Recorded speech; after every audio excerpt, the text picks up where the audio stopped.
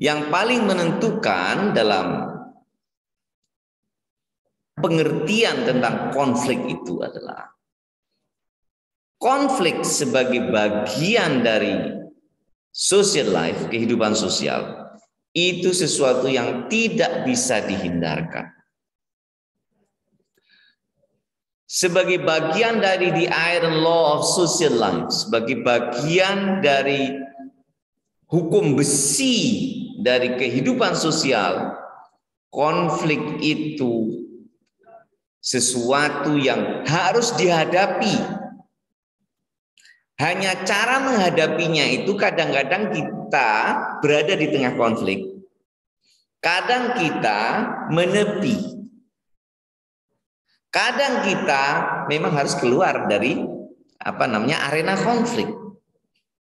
Loh, itu artinya lari, Pak? Bukan, itu artinya respon atau cara menghadapi konflik. Jadi saya ulangi, cara menghadapi konflik itu bisa kita berada di tengah konflik, respons ya. Bisa kita agak menepi supaya arusnya nggak terlalu keras. Bisa juga kita keluar arena konflik. Loh, itu namanya lari, Pak. Bukan lari, itu respon atau cara menghadapi konflik. Jadi saudara, yang paling menentukan, sekali lagi saya ulangi, bukan besar kecilnya konflik, bukan rumit sederhananya konflik, tetapi yang menentukan adalah respon kita terhadap konflik itu. Saya ulangi ini karena masih harus hati-hati di awal-awal ini. Nah, konflik itu ada dua kalau mau disederhanakan. Konflik yang manageable dan unmanageable atau tidak manageable, Manageable itu gimana, Pak? Ya, konflik di dalam keluarga itu kan biasa atau kadang-kadang ribut hanya soal memecahkan gelas gitu kan. Sepele sekali. Di kos-kosan misalnya, itu hanya minjem setrika nggak dikembali-kembalikan, bikin ribut itu. Nah, hanya ada orang yang setelah ribut selesai.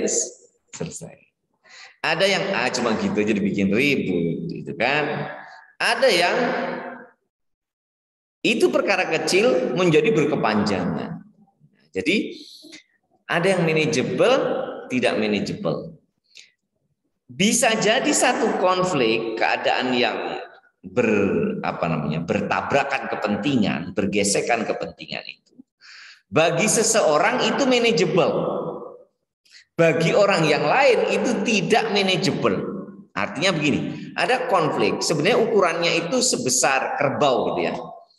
Bagi saya tidak masalah. Tapi ada orang konflik itu, kejadian itu dianggap sesuatu yang besar sekali.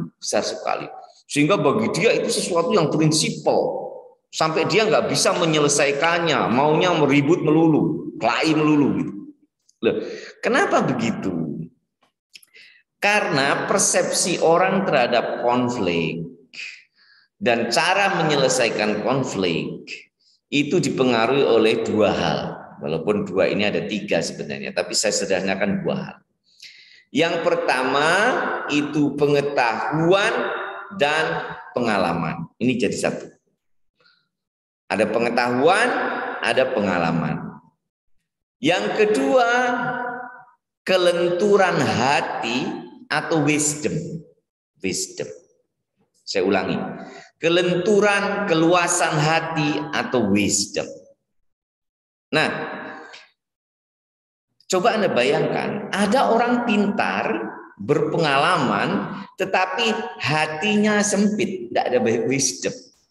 Dia kurang membaca sastra. Sastra itu penting, karena sastra itu akan melembutkan hati. Ya, sastra tertinggi tentu saja kalam ya. Itu wahyu tentu yang paling tinggi. Walaupun itu bukan kalimat sastra tapi kalimat mulia, Susastra itu artinya kan bahasa yang mulia, susastra. Nah, kalimat yang mulia. Orang yang kurang membaca sastra, kurang membaca sejarah, itu biasanya wisdomnya rendah. orang yang tidak berkesenian, orang yang tidak memperhatikan kebudayaan masyarakat sekitar, biasanya wisdomnya rendah. Oleh karena itu, walaupun pengetahuannya tinggi, pengalamannya banyak, hatinya jadi kaku dan sempit. Itu ada masalah sedikit saja, itu bisa masalah. Dia seperti mikroskop, bendanya kecil, tetapi dia bisa justru dengan pengetahuannya dia membesarkan masalah itu karena kesempitan wisdomnya. Tapi bisa juga orangnya itu punya wisdom karena pengalaman hidupnya, banyak nasihat orang,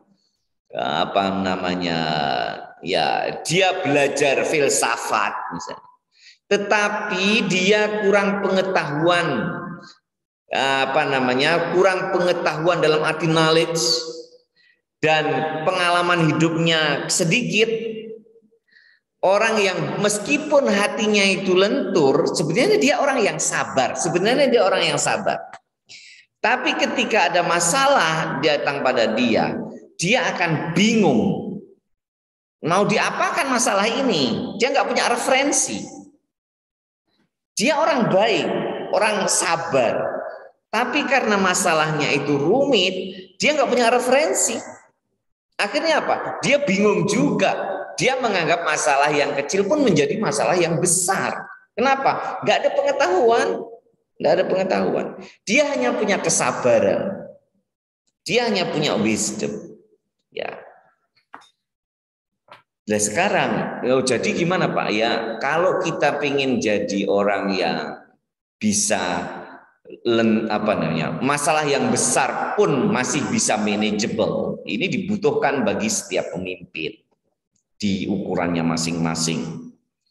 Coba kalau Pak Jokowi itu orangnya temperamental, hancur dunia ini.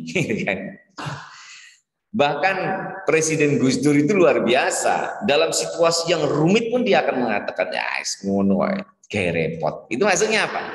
Itu hanya orang-orang yang punya pengetahuan tinggi yang bisa mengatakan begitu. Itu hanya orang-orang yang punya wisdom dan pengetahuan tinggi.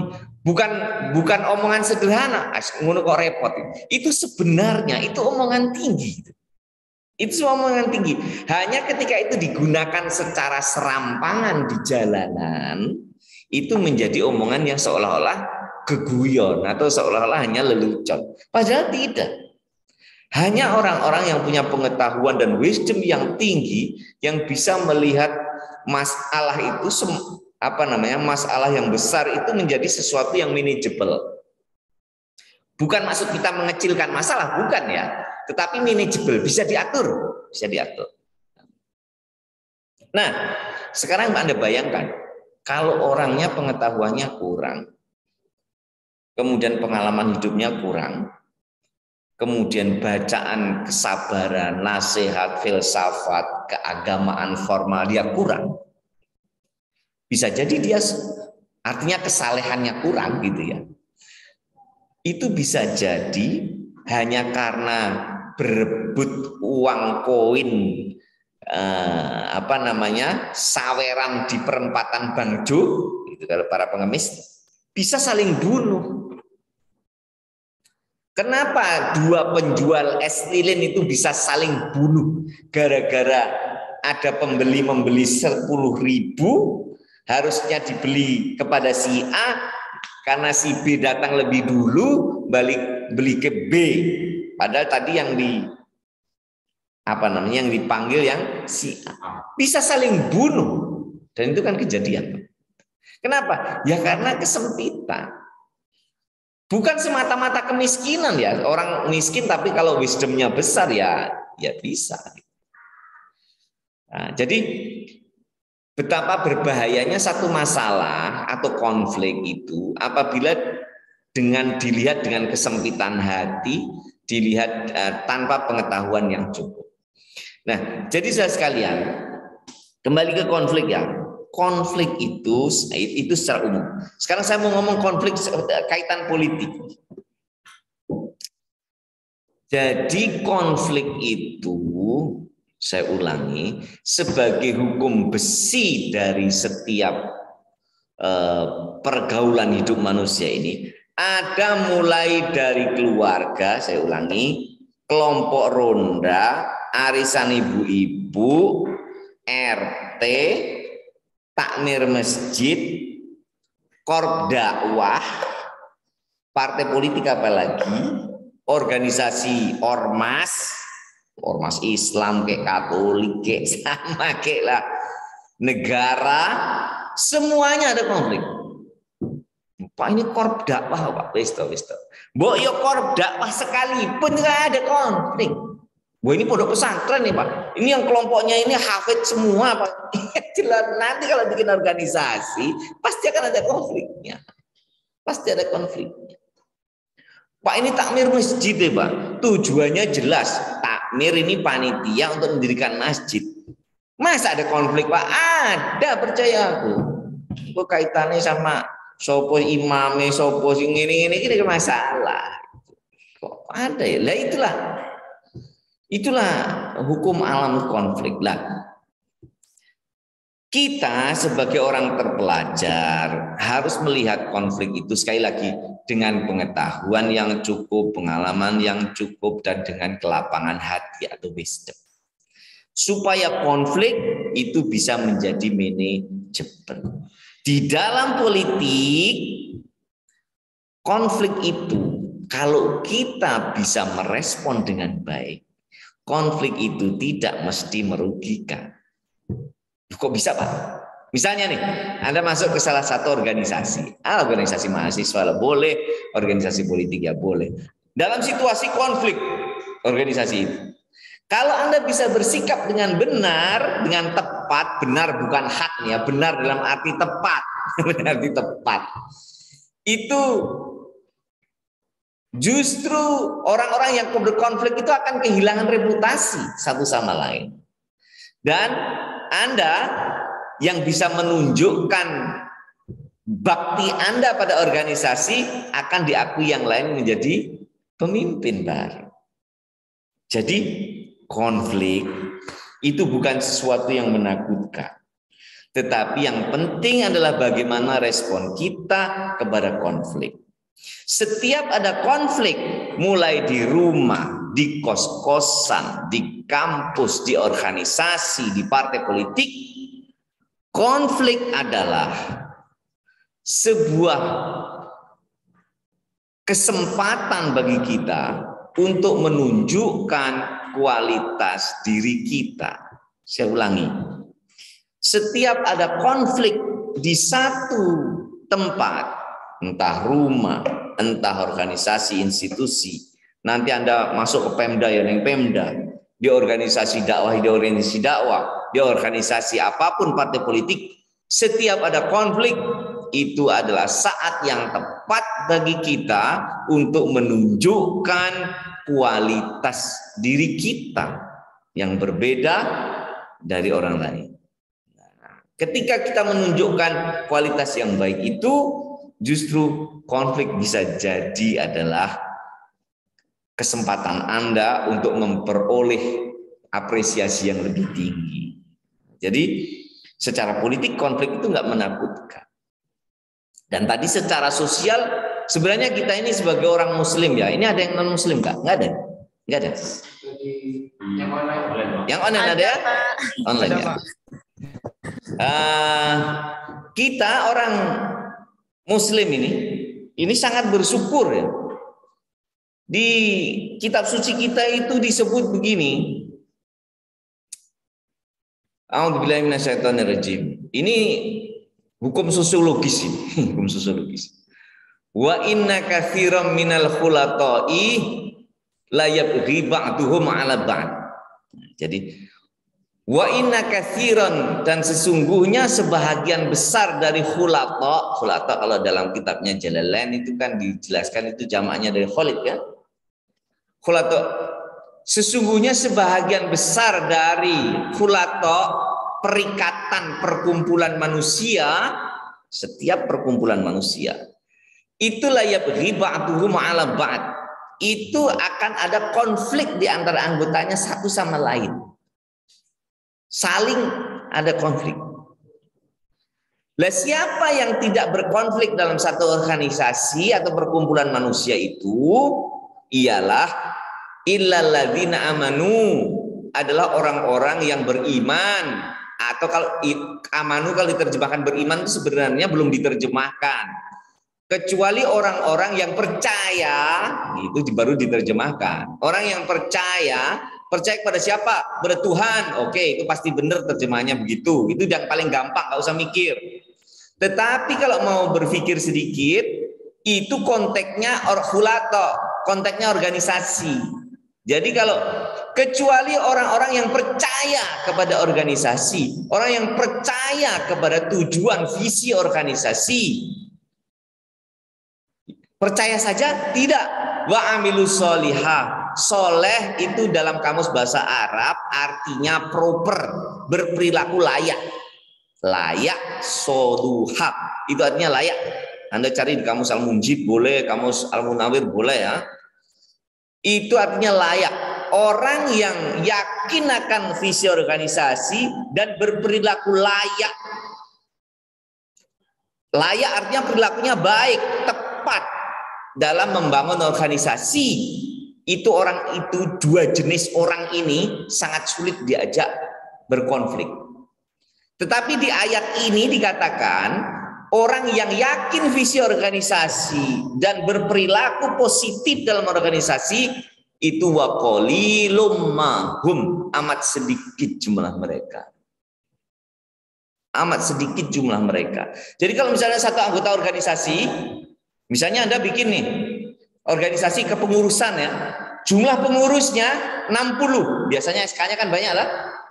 Tetapi hukum alam yang ditulis di Quran mengatakan yang mau bekerja di dalam organisasi apapun itu wa qalilum mahum, nanti yang aktif dalam organisasi hanya sebagian kecil. Itu kata ayatnya begitu. Itu ayatnya begitu bunyinya. Jadi nanti kalau Anda jadi pemimpin organisasi apapun, wah ini panitianya 60 yang kerja cuma 6. Hatimu sekarang sudah tenang. Memang begitu hukum alamnya gitu. Nah, begitu. Jadi apa ya? Ini supaya kita berbesar hati sebagai seorang yang aktivis. Berbesar hati kalau sampai kita memimpin satu organisasi kok yang mau bergerak cuma sedikit. Jangan berkecil hati. Kata wa qalilum mahum, sedikit itu adalah biasanya begitu. Nah, kalau Anda bisa mendorong teman-teman Anda yang lain untuk ikut bergerak, organisasi Anda akan semakin dahsyat. Makanya Nabi mengatakan beruntunglah orang-orang yang menjadi bagian dari yang sedikit itu. Ada komentarnya begitu dari Nabi. Alangkah beruntungnya orang-orang yang menjadi bagian yang sedikit itu.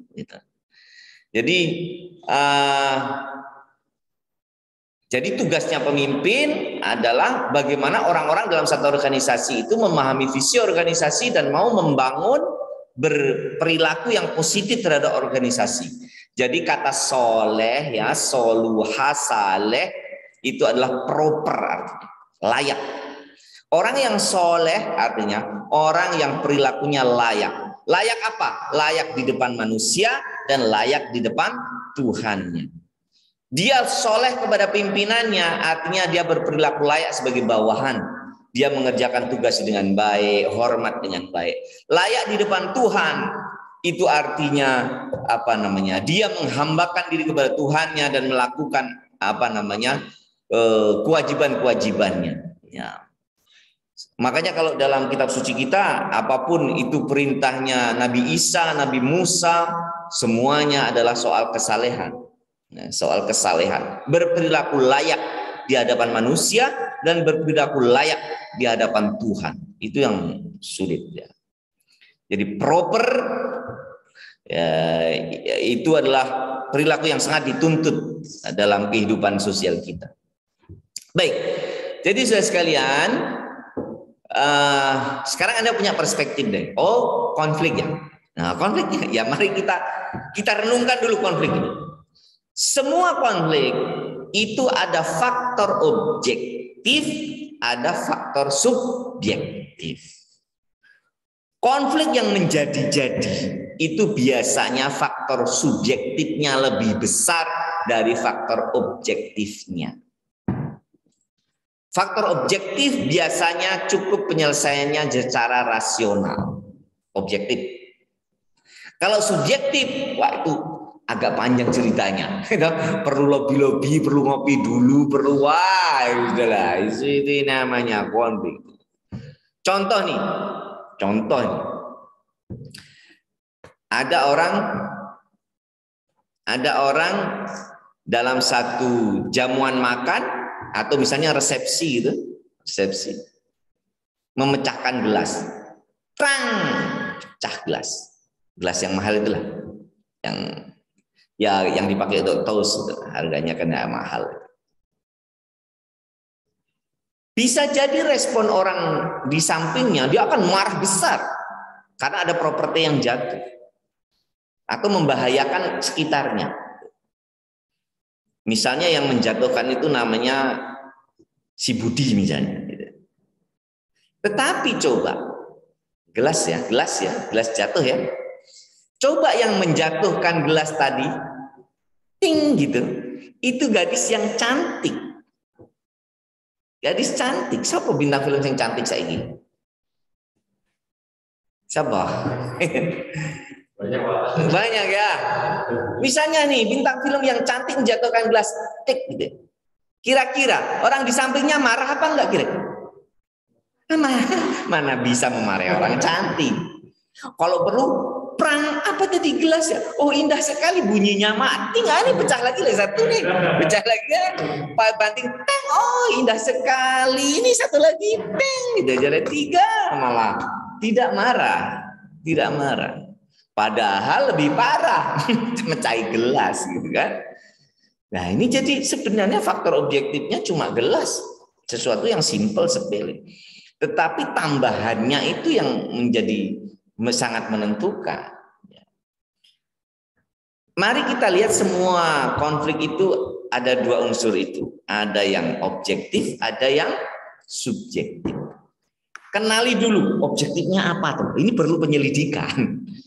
Jadi kalau ada konflik itu pertama kali pekerjaan kita adalah diem dan memperhatikan. Jangan kalau ada konflik itu buru-buru ngomong. Oh jangan. Kalau ada konflik apapun kita itu diem dan memperhatikan. Oh sebenarnya apa faktor objektifnya?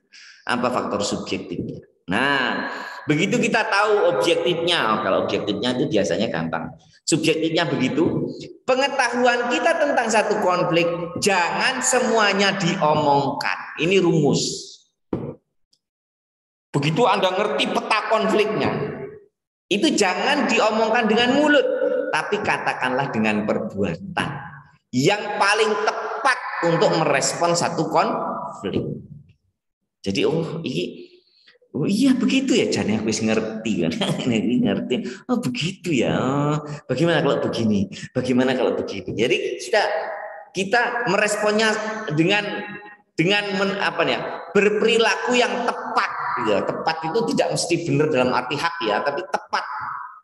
Petanya begini. Banyak anunya ini. Banyak faktor ketersinggungannya. Banyak tahu konflik itu karena faktor ketersinggungan senior junior kayak gitu ya. Oh kalau begitu ini ya didatangi yang sepuh-sepuh, minta maaf dulu. Tapi nggak usah diomongkan, kita saja ngajak ngomong setelah gitu. Oh gitu ya, nggih. Nanti kan begitu kita bisa berkomunikasi, nanti kita akan ketemu saat kita bisa memecahkan masalah itu. Jadi pertama kalau ada konflik, pahami dulu faktor objektif, faktor subjektifnya. Jangan ngomong, tetapi lakukan yang tepat. Nah, jangan pengetahuan kita diomongkan di depannya orang yang sedang berkonflik. Kamu konflik kan karena ini toh. Nah, kamu cuma karena tersinggung toh. Kamu cuma orang mutu. Malah geger itu. Nggak bisa. Jadi itu cukup untuk pengetahuan di hati kita saja. Nah, lalu iki jane ming tersinggung. Ya dah. Iki jane pancen ya mau roto ya wis pacare ilang mau wis piye meneh, kan. Nah, kita terus saiki ngene ae saiki ya. Nah, saiki ngopi-ngopi sik lah. Ya jane gitu. Saiki ngopi-ngopi sik apa ya ngopo lah, sak dinggo nang kono lah. Wis piye lah gitu. Jadi ngopi-ngopi nggak usah cerita, rasa tersinggung, rasa ngomong ngono kuwi ya.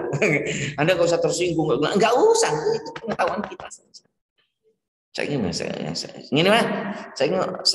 idolan saya, ngobrol nonton film aja ya gitu. Yang kira-kira gampang memperoleh gampang memperoleh statement yes. Yang pertama harus diraih itu adalah statement yes from the parties, dari para yang berkonflik, conflictual parties namanya, pihak-pihak yang berkonflik itu kita. Yang penting apa kata yes pertama kali.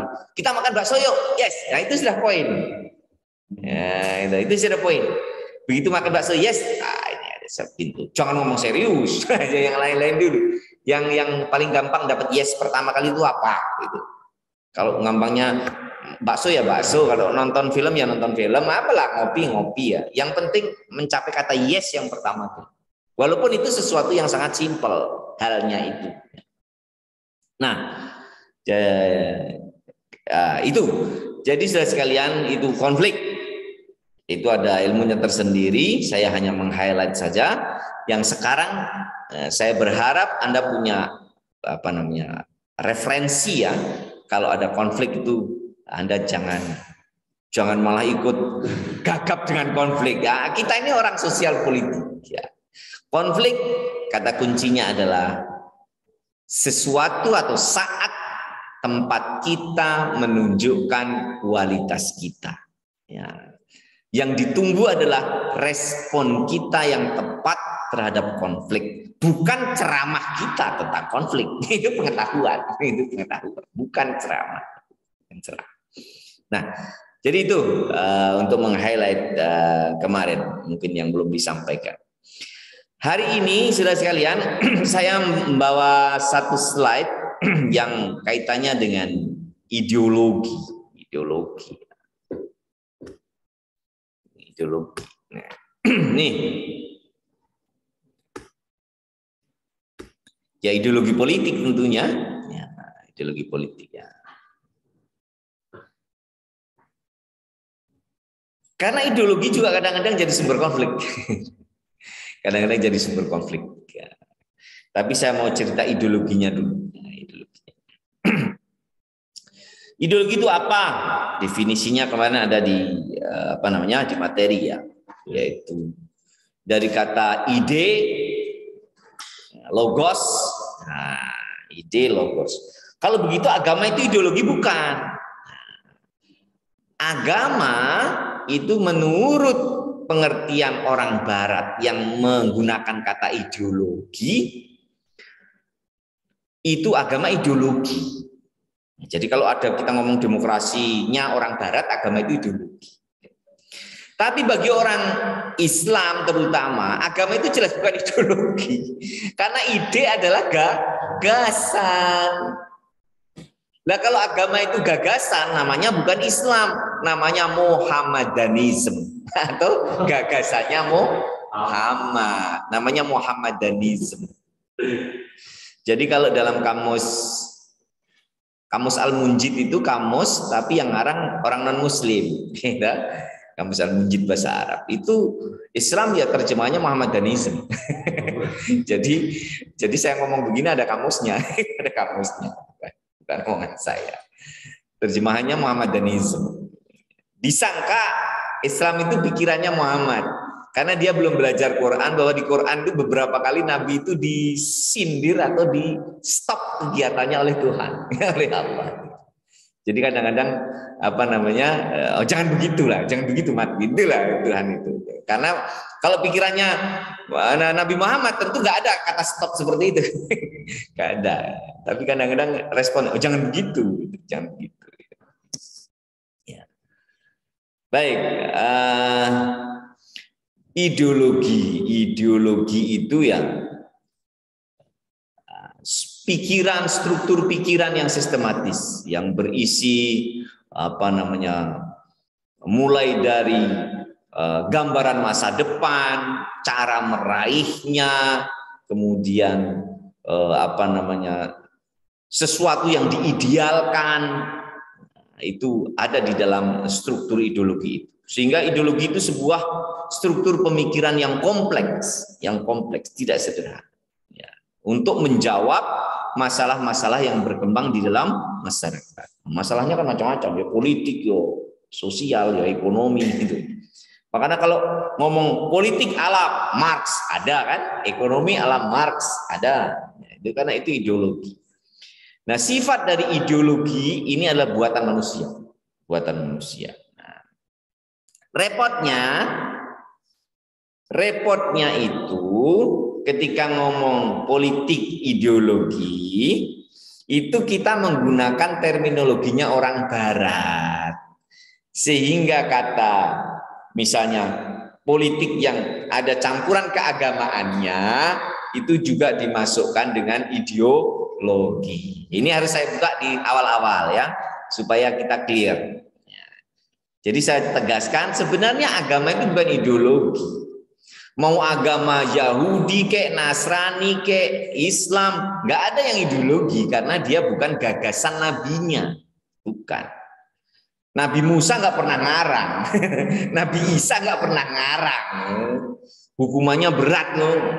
Semua nabi kan mendeklarasikan diri bahwa beliau nggak pernah, kecuali yang diwahyukan. Hukumannya berat sekali. Nah, jadi bukan ideologi. Nah, tetapi kita sedang menggunakan kacamatanya orang Barat yang memasukkan pemikiran keagamaan itu adalah bagian dari ideologi. Jadi ini jangan sampai salah paham. Nah, biar gampang saya ambil contoh di Indonesia deh. Di Indonesia ini politik itu secara ideologi itu dibedakan menjadi kanan, tengah, kiri. Kanan, tengah, kiri. Nah, pengambilan istilah kanan, tengah, kiri ini copy paste dari tempat duduk parlemen Prancis abad 19. Jadi kan kacau juga ini. Jadi yang di sebelah kiri ketua parlemen, misalnya saya duduk gini ya, yang sebelah kiri saya ini yang duduk adalah sosialis komunis. Maka saya sebut ideologinya ini kiri, pimpinan sidang. Yang di tengah ini adalah kelompok nasionalis Prancis yang nggak nyinggung-nyinggung agama dalam politik. Ini kelompok tengah. Lah yang kanan itu adalah partai-partai Katolik. Waktu itu di Prancis. Jadi yang beraliran agama, tapi tentu bukan Islam di Prancis kan, Katolik, ya ada Protestan. Itu waktu itu. Abad pertengahan itu setelah revolusi kan berkembang politik di Prancis, di parlemennya, di keparteannya. Nah, itu di copy paste karena kan sarjana kita ini kan produk barat toh. Itu dibawa ke Indonesia untuk memberi nama istilah tengah, kanan, kiri juga. Tengah, kanan, kiri juga. Nah, hanya yang berbeda itu kontennya, isinya. Partai yang kanan di Indonesia ini saat ini yang beraliran keagamaan yang masih hidup partai hanya yang beraliran Islam. Dulu zaman Orde Lama, pemilu 55 ada partai Katolik. Ada partai Katolik.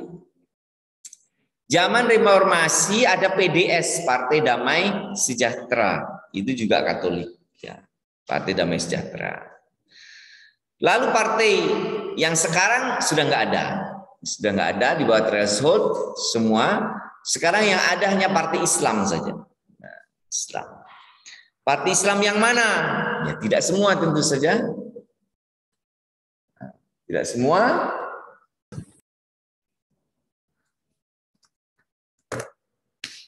Yang asasnya benar-benar partai Islam. Siapa ini? Pertama P3. Enggak. PKS. Nah, terus almarhum PBB. Nah, almarhumnya PBB-nya kan nggak dapat kursi ya, dapat kursi dia. Nah, Jadi cuma P3, PKS, PBB. Yang reformasi lah yang kemarin ikut pemilu maksud saya. Biar kamu ingatnya gampang. Lalu, nah kalau PKB sama PAN itu mana Pak? PKB sama PAN itu dia partai kirinya kanan. Kirinya kanan. Jadi di tempat titik-titik itulah. Gambar ini di tempat titik-titik ini. Kirinya kanan. Kenapa? Dia mau dibilang partai kanan, asas partainya enggak Islam.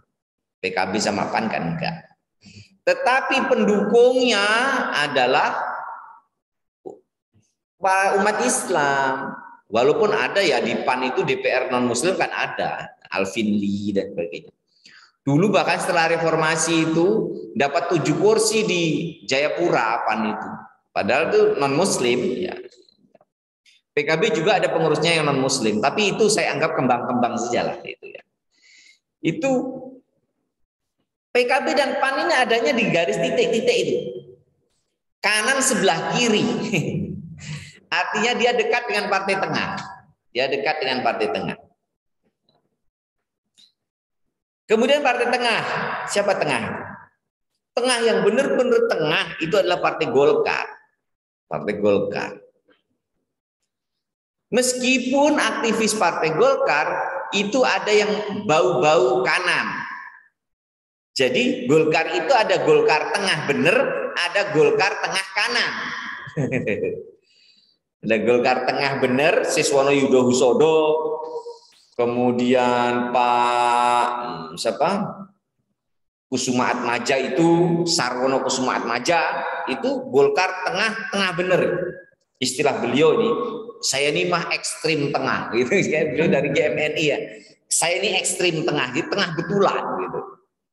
Nah kalau Pak Akbar Tanjung, Pak Yusuf Kala itu kan ketua Golkar toh? Tapi dia ketua HMI. Jadi Pak Yusuf Kala juga pengurus NU. Jadi dia termasuk tengah agak kanan beliaunya ini. Pak Nurholis Majid, nah itu kan juga ya HMI ketua, jadi tengah kanan. Pak Abu Rizal Bakri. Abu Rizal Bakri tengah ya. Dia pengusaha kan? Ya, tengahnya. Nah, partai tengah ini sebenarnya intinya Golkar. Lalu ada Gerindra, ada Hanura, ada Nasdem, lalu Nasdem. Ketahuilah bahwa Hanura, Nasdem, Gerindra, semua pimpinannya dulu pengurus Golkar. Semua. Siapa saja, Pak Prabowo, Pak. Nah itu, kemudian Pak ini Surya Paloh, Golkar. Pak Hanura itu siapa? Pak Jenderal Wiranto, pembina Golkar setelah Pak Harto. Kok iso ngono? Nah, kemudian Demokrat itu juga pengurus Golkar kan? Pak SBY. Ya. Jadi bagaimana Pak? Jadi tengah itu sebenarnya intinya ya Golkar. Lalu ada partai di sekitarnya itu ada kecil-kecil lah. Itu dulu semua pengurus Golkar. Nah, sebenarnya PDI itu potensial di tengah. Tetapi seperti halnya PAN sama PKB, dia ini tengahnya agak kiri. Jadi di titik-titik ini, tengah agak kiri. Kenapa Pak? Ya ini karena perkembangan. Dulu PSI masuk ke PDI, Partai Sosialis Indonesia. Lalu banyak aktivis-aktivis yang dulu berafiliasi orang tuanya misalnya itu ke komunis partai juga banyak yang gabung ke PDI. Nah, kita harus proporsional dalam hal ngomong PDIP ini. Kita terutama Muslim ya, itu tidak mengenal dosa warisan. Sehingga jangan pernah Anda menyetempel keturunan para aktivis Partai Komunis tahun 65 itu sebagai orang yang berdosa. Jangan, itu kita berdosa juga gitu kan. Kita kan nggak mengenal. Semua bayi yang lahir di muka bumi ini kata agama Islam dalam kondisi fitrah, suci. Mbah Adam sudah dimaafkan oleh Allah pencipta semesta ini. Sudah dimaafkan karena beliau ada termasuk kekasih juga, termasuk yang wali kekasih Tuhan ya. Nabi kan kekasih Tuhan. Sudah dimaafkan. Enggak ada nabi yang yang kekasih Tuhan yang dosanya digantung, itu enggak ada. Semuanya sudah dimaafkan itu, dimaafkan. Sehingga semua bayi yang lahir itu dalam keadaan suci. Itu penting saya katakan di sini agar kita proporsional. Jangan memberikan stempel kepada dulu yang kakek-kakeknya, bahkan kakek buyutnya aktivis komunis, lalu anak cucunya semua komunis. Jangan begitu. Ini kita pakai pola pikir yang mana ini? Kok mendadak kita jadi tidak beragama gitu kan?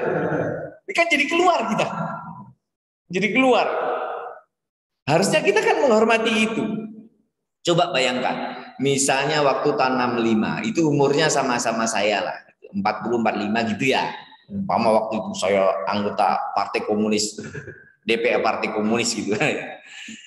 Lah, anak saya lahir tahun 66, 70, tahu apa ya dengan komunisme, kan nggak ngerti ya. Lalu anak saya lahir tahun 90, 2000, tahu apa cucu saya ini.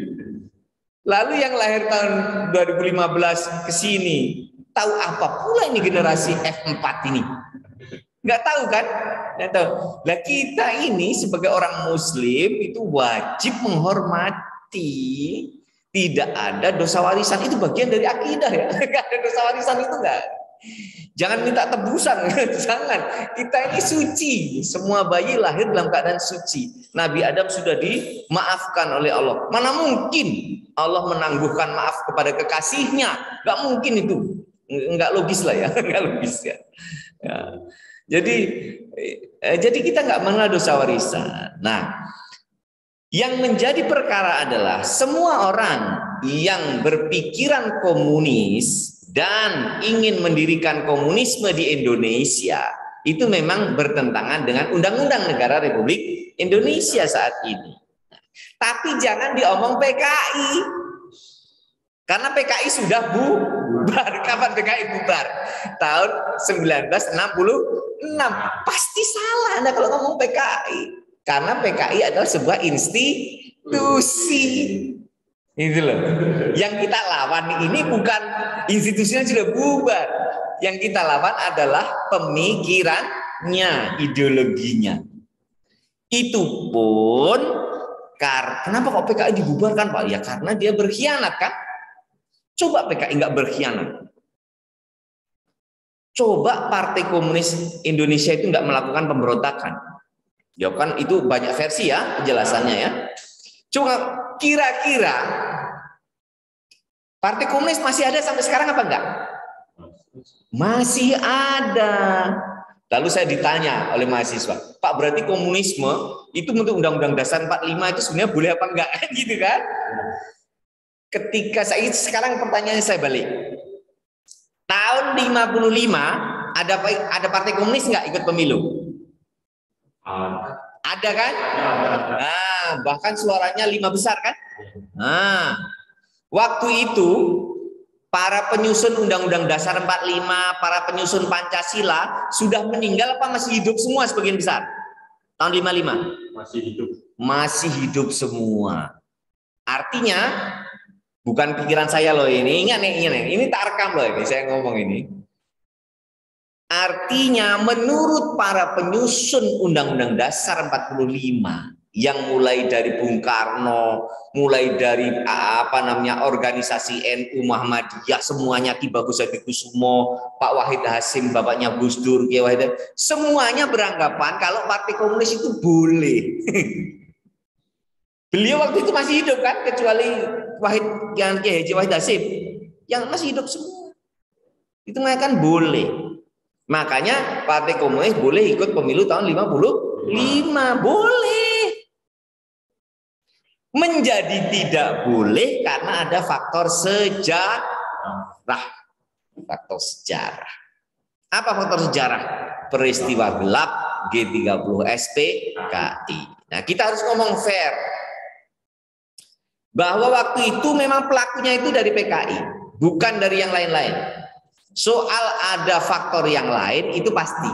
Karena nggak ada faktor tunggal kan? Ya. Orang akan saling memanfaatkan. Kenapa saya omongkan begini?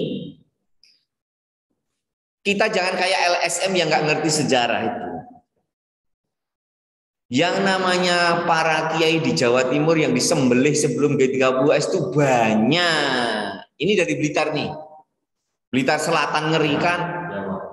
Berapa ratus santri kiai disembelih loh. Yang namanya kuburannya sampai sekarang masih kayak gitu loh. Ya, jangan kayak orang yang ngerti sejarah. Di mana itu Banyuwangi Anda lihat itu. Berapa ratus kiai dan santrinya disembelih loh sama pemuda rakyat. Yang namanya pondok pesantren Gontor tahu ya, Gontor gede itu ya. Itu sampai hijrah kiainya di ultimatum.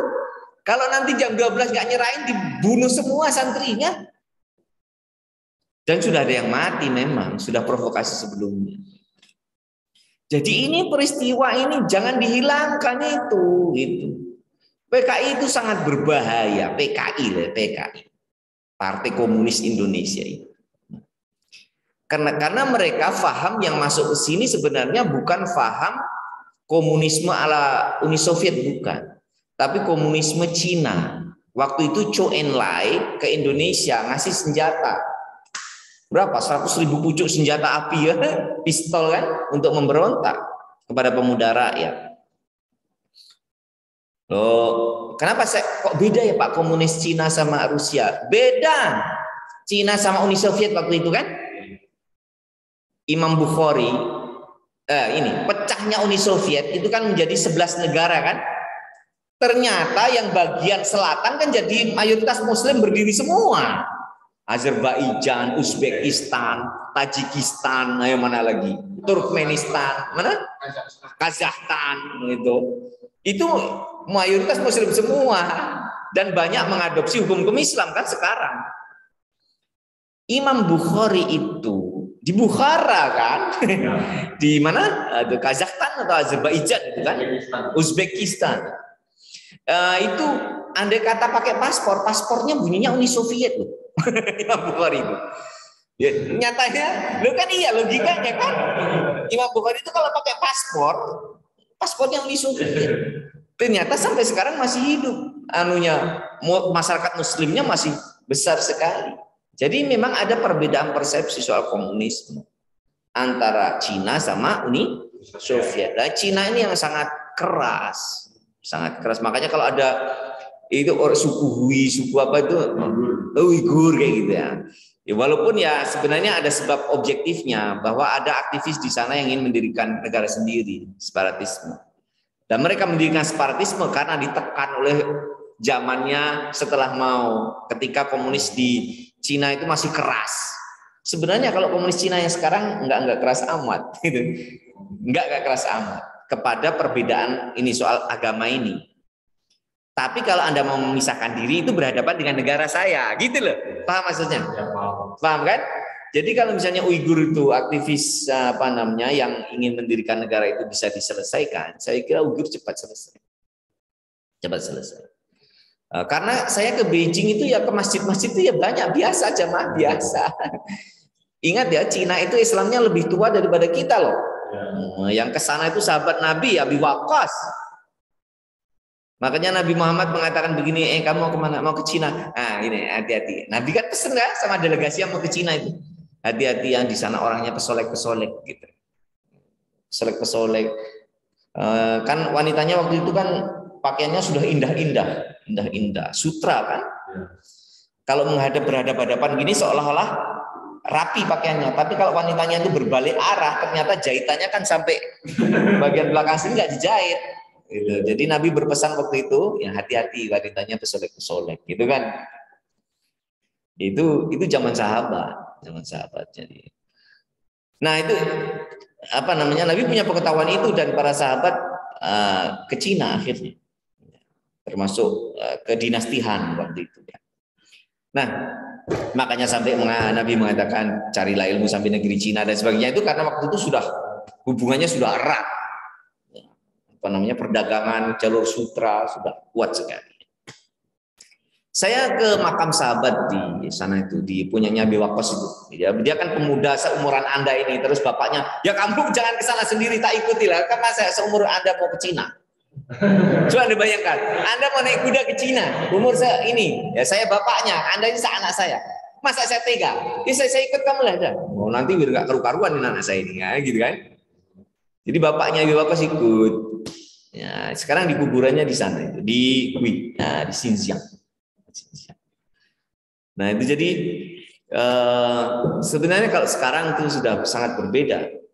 Pada waktu tahun 65, Cina itu keras sekali terhadap paham-paham keagamaan.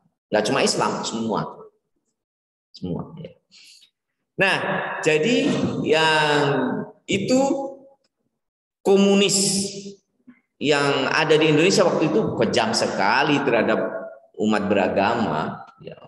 Korbannya sebenarnya adalah para kiai-kiai, para ulama dan santrinya. Jadi sangat berbahaya. Ini bukan mengada-ada ya. Ada yang bilang sekarang orang tidak ngerti sejarah mengatakan, oh itu dianggap ancaman, itu diancam-ancamkan aja. Gila itu. Itu videonya di YouTube itu loh. Bagaimana para santri dan kiainya dibantai habis itu loh. Anda lihat itu di YouTube itu. Bukan itu masih bisa kita datangi itu. Saya mendatangi yang santri dikubur di satu tempat, ngeri tuh. Di Jawa Timur, di Banyuwangi, ya timbun aja satu tempat lubang. Nah, jadi ya kita jangan ya berimbang itu artinya bukan cover both side, itu bukan berimbang terjemahannya ya. Ya semuanya diceritakan, yang sebelah kiri katakan, sebelah kanan katakan. Sehingga kita melihat sejarah itu objektif. Nah, karena sejarah gelap itulah maka komunis dilarang setelah tahun 66. Jadi ada perkembangan soal pemahaman bahaya dan tidak bahayanya komunis itu. Setelah 66, komunisme dianggap berbahaya di Indonesia. Partai komunisnya dibubarkan. Nah, kembali ke partai ini.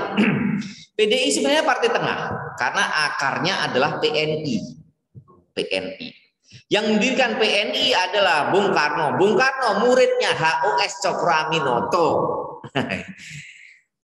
Ya sangat agamis kan, Pak HOS Cokroaminoto kan politik Islam. Politiknya politik Islam. Bu Fatmawati itu bapak ibunya kan pengurus Muhammadiyah di Bukit Tinggi. Jadi yang sebenarnya Bung Karno itu sangat tertarik dengan Muhammadiyah. Kenapa? Karena beliau sempat berwasiat. Kalau meninggal suruh petinya suruh menutup dengan bendera Muhammadiyah, itu wasiatnya. Wasiatnya Bung Karno. Tapi kan nggak bisa begitu presiden ya. Kan merah putih kan, ada undang-undangnya gitu. Terus ini Bung Karno itu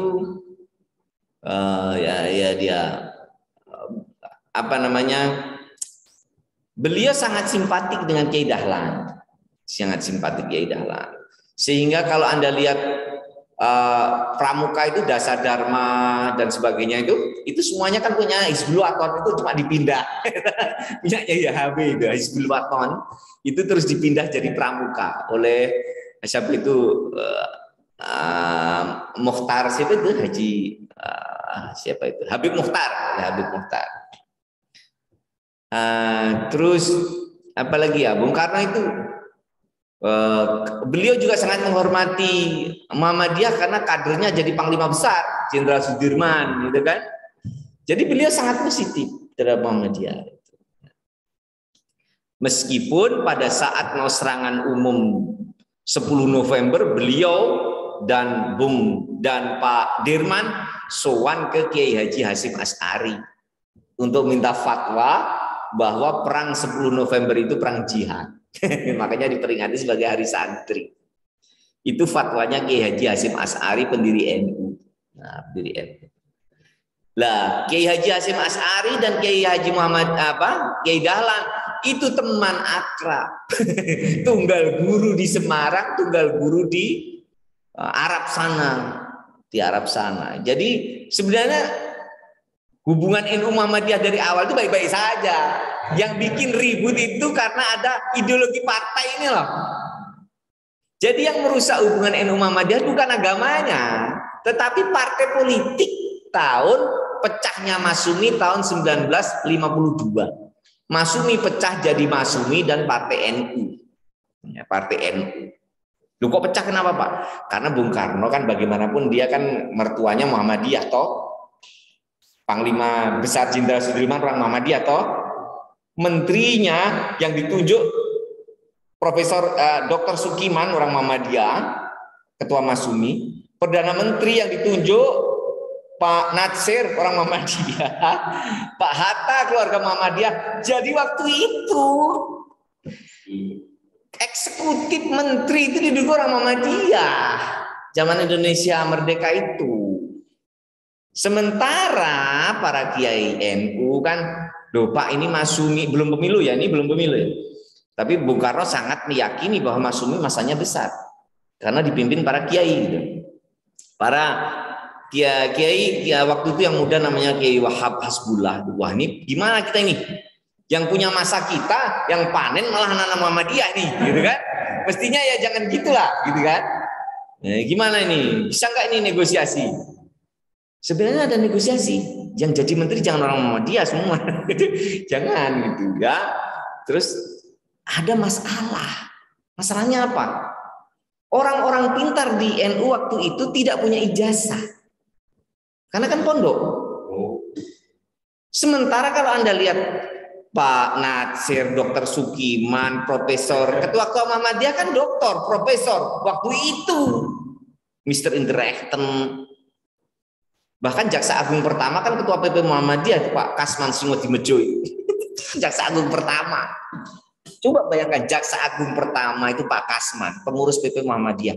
Panglima Jenderal Sudirman waktu itu juga Muhammadiyah. Apa kata dunia? Kan orang NU berinya gini ya. Ini apaan ini? Lalu pecahlah Masyumi itu. Jadi partai NU. Nah, itulah hubungan jadi mulai nggak enak. Jadi bukan karena fikih, bukan karena pakai kunut apa nggak pakai kunut. Muhammadiyah itu dulu pakai kunut, sama. Muhammadiyah itu pakai kunut, Kiai Dahlan pakai kunut. Tarwehnya berapa? Sama, Kiai Dahlan tarwehnya 23. Tunggal guru, tunggal ilmu sama Kiai Hasyim Asy'ari. Sama. Baru beda kan belakangan-belakangan aja. Itu yang bikin dunia tambah ruwet itu. Enggak beda aja enggak apa-apa. Apa namanya? Biasa ya. Baik. Jadi sudah sekalian, kembali partai kiri. Jadi yang mengisi kiri itu sebenarnya adalah komunisme, sosialisme. Memang kiri. PDI itu tengah, tapi karena banyak pendukungnya dari sayap kiri, karena sayap kiri kan, sayap kiri yang merah kan nggak boleh mendirikan partai yang komunis kan, yang ada paham-paham sosialis keras gitu kan, nggak hidup partainya kan. Akhirnya kan ke yang paling dekat, yaitu ke arah PDIP, ke arah PDIP. Saya yakin PDIP itu bisa bertahan 30-an tahun memimpin itu. Kenapa? Karena nggak ada alternatif di sebelah kiri. Dia adalah partai paling kiri yang ideologinya sebenarnya tengah, tengah kiri, paham? Ya dia nggak ada yang kiri. Kalau yang kanan banyak mendirikan sehingga partainya pecah kecil-kecil. Nah, gadis cantiknya adalah partai tengah. Karena orang kiri kalau cari teman koalisi pertama bukan partai kanan, carinya pasti yang tengah. Orang kanan kalau mau cari wakil presiden, misalnya punya calon, carinya pasti nggak kiri kan, tengah dulu. Lah orang tengah ini, partai tengah, ini pasti dia seperti gadis cantik dipinang kanan kiri kan. Bisa jadi tengah itu akan punya potensi jadi presiden. Contoh sekarang, Pak Ganjar itu kan dari PDIP. Tadi garisnya adalah dia tengah kiri kan. Mustahil Pak Ganjar kok menawari Pak Anies Baswedan jadi wakil presiden. Mungkin kan? Kan nggak mungkin. Yang dicari kan wakil presidennya pasti yang tengah. Apa Kang siapa itu? Emil apa? Siapa? Kalau Puan kan berarti satu kelompok. Apa Mas Sandiaga? Apa Mas Gojek itu juga mau jadi wakil presiden? Jadi ya kan? Tapi wilayah tengah. Apa saya ini Menteri BUMN sekarang Pak? Erick Thohir. Erick Thohir mulai pasang aksi dia. Deklarasi di Jogja. Deklarasi calon presiden. Dia tahu gadis tengahnya adalah gadis cantiknya ada di tengah. Dia ada dari tengah dan punya uang. Lupa politik apa butuh uang? Gimana mau iklan di TV nggak butuh uang? Ini bukan untuk money politik ya, bukan money politik. Ini untuk apa? Biaya kampanye. Itu biaya itu butuh uang, bukan untuk money politik. Money politik ya mungkin ada juga gitu. Tetapi ini untuk yang real saja, butuh uang. Lah, yang tengah ini coba Anda bayangkan, yang tengah ini. Umpama yang kiri itu pendukungnya 40%, yang kiri. Semua yang kiri 40%. Yang tengah misalnya 30%. Yang kanan 30%. Itu penentunya yang mana? Kiri 40, tengah 30, kanan 30. Penentunya mana? Kiri. Penentunya tengah. Tengah kan gadis cantik.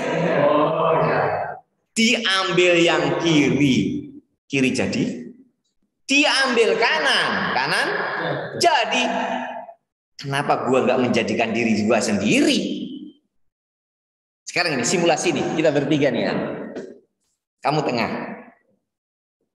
Dilamar kanan.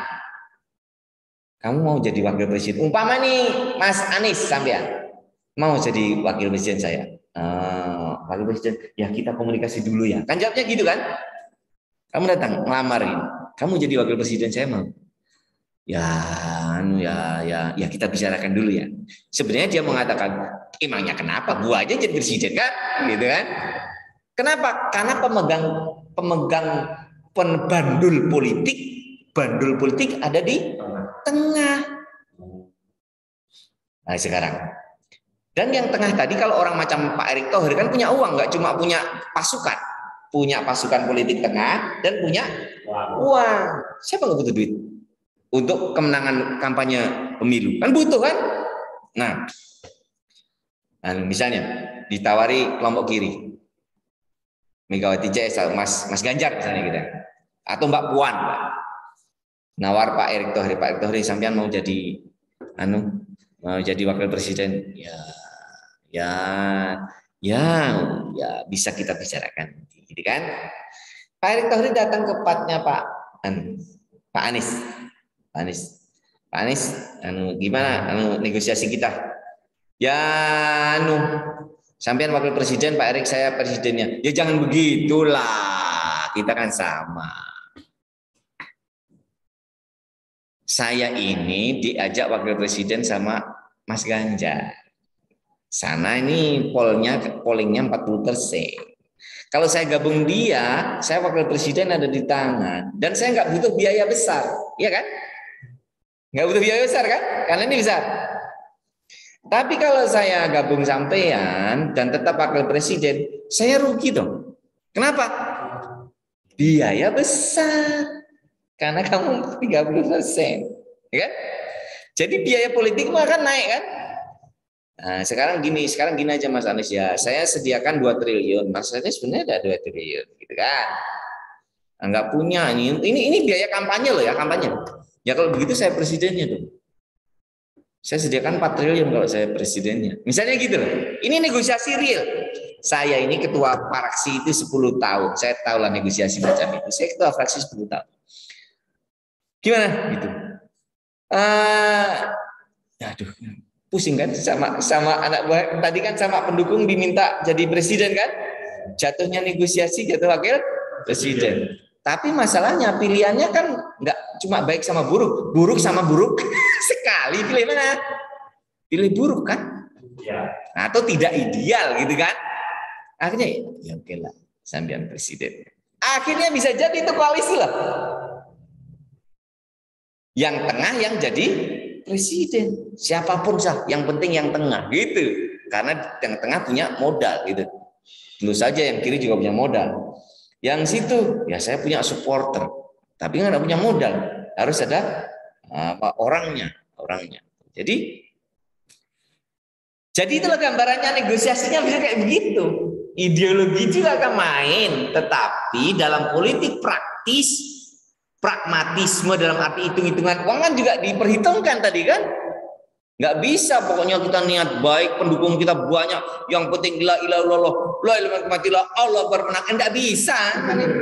Politik enggak begitu, ya. Politik enggak begitu. Jangan ngawur-ngawuran. Nah. Niat baik itu harus dengan rencana yang baik. Itu kan kata Sayyidina Ali begitu.